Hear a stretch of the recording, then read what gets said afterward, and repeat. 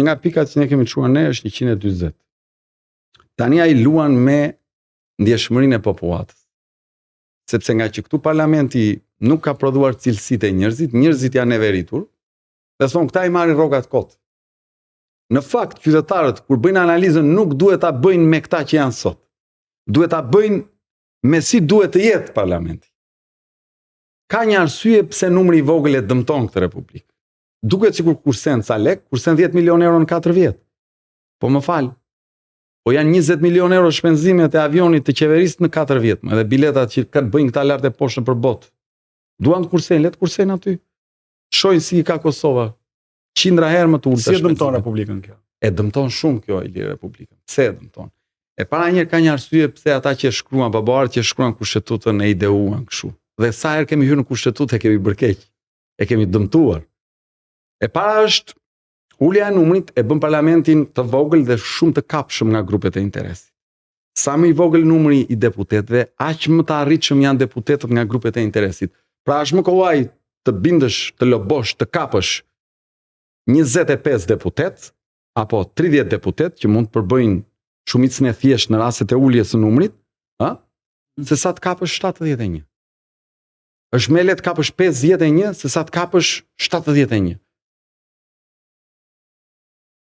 Ulja e numrit, se po ashtu pa ta bëjmë me 30 deputet pastaj. Megjithatë ju sapo e thatë që 100% të ligjeve janë ligje me porositë e vina qeveria. Po, ore, doni të kursejmë fare. Ta bëjmë me 30 deputet. Me 12 deputet, 12 zona, 12 deputet. Kursejmë shumë.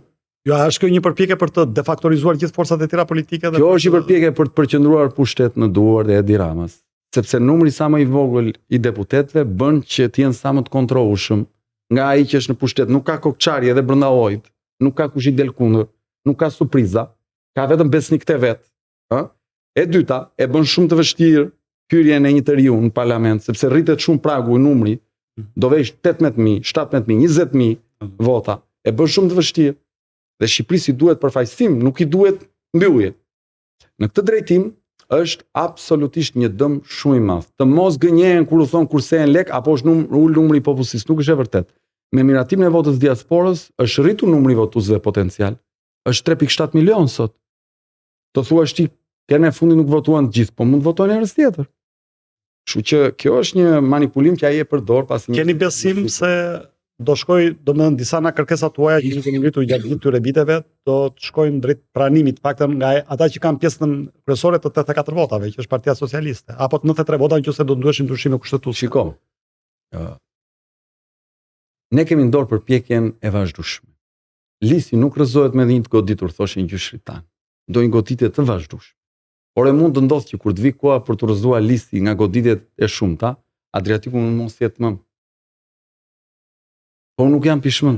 Është lajm i mirë për shqiptarët që të presin 30 vjet tjera. Po jo mund mos jetë më në kuptimin jo biologjik më, mund të nuk e di më, mund të smurem nesër, nuk e di më, se mbaj do të rritni. Vim te kjo që pra, ne duhet mendojmë pozitivisht për vendin. Kjo që po ndodh tani, Tiku. Pra, po ndodh ajo që dhe media ndërkombëtare kanë dhënë emrin tashmë revolucioni Flamingo. Ndoshta ngjarja në vetvete është periferike apo duhet të ishte, por një pikë ujë derdhi kazanin, si thua, të pakënaqësisë popullore, pakënaqësi e cila shpreh ndaj korrupsionit në rritje, që bën duke të gjithë raportet ndërkombëtare.